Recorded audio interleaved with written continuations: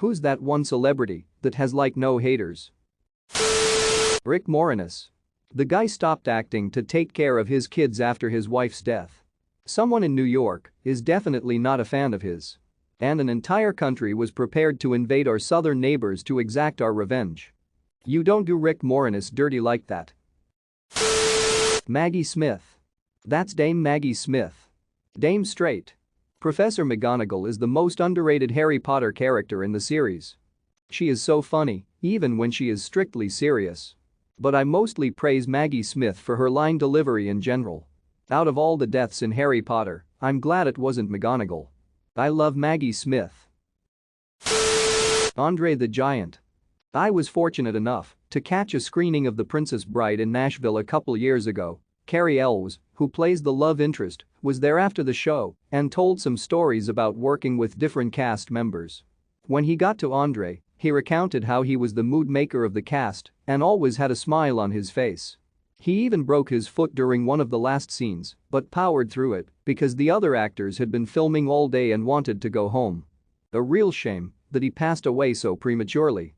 In the scene where they were ascending the cliff, they were hoisted by a rope and Wallace Shawn Vizzini was securely harnessed to Andre. Wallace was really freaked out about the height, but Andre calmed him by telling him to keep looking at Andre. Another anecdote, Andre always insisted on paying for dinners, no matter who he was with. One time he was out with Arnold Schwarzenegger, and Arnold got up to attempt to hand his card to the waiter. Andre wasn't having it. He physically picked up Arnold and deposited him back in his seat. The way Arnold tells that story, I feel like he makes it sound as if he didn't realize Andre was behind him until he was suddenly elevated into the air, and I was always struck by that because it implies a level of stealth that you wouldn't believe Andre could have. John Candy. Here's a quarter. Take a bus downtown and have a rat gnaw that thing off your face. My favorite John Candy story, Joe Montana was playing for the 49ers in an important game, may have even been the Super Bowl. His team is down. They've got a lot of ground to cover and not a lot of time to do it.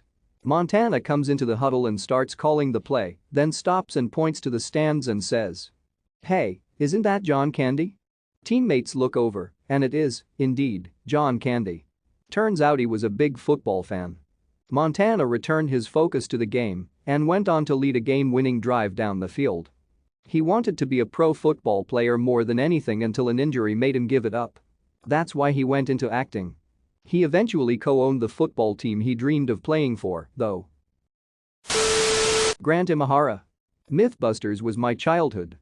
I remember when I would go to my grandparents' house for Christmas and waiting for the old people to leave so that I could change the channel from football to the Sci-Fi channel for the Mythbuster marathon. Man, I grew up watching him on Mythbusters. I remember being so happy to see him there because he's Asian, and when he started Mythbusters there weren't a lot of Asians doing stuff that he does on screen.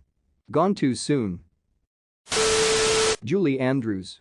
I effing love her story about how Walt Disney waited for her to give birth before filming Mary Poppins. Keep in mind at that stage Julie Andrews was nothing more than a mildly successful West End Broadway actress. The fact that one of the biggest film producers at the time wanted her specifically to play Mary Poppins, and he was happy to wait until after her pregnancy is a true testament to her phenomenal acting and singing ability. It paid off too. Julie Andrews won the Oscar for Best Actress for her role as Mary Poppins, her feature film debut too. Bob Ross.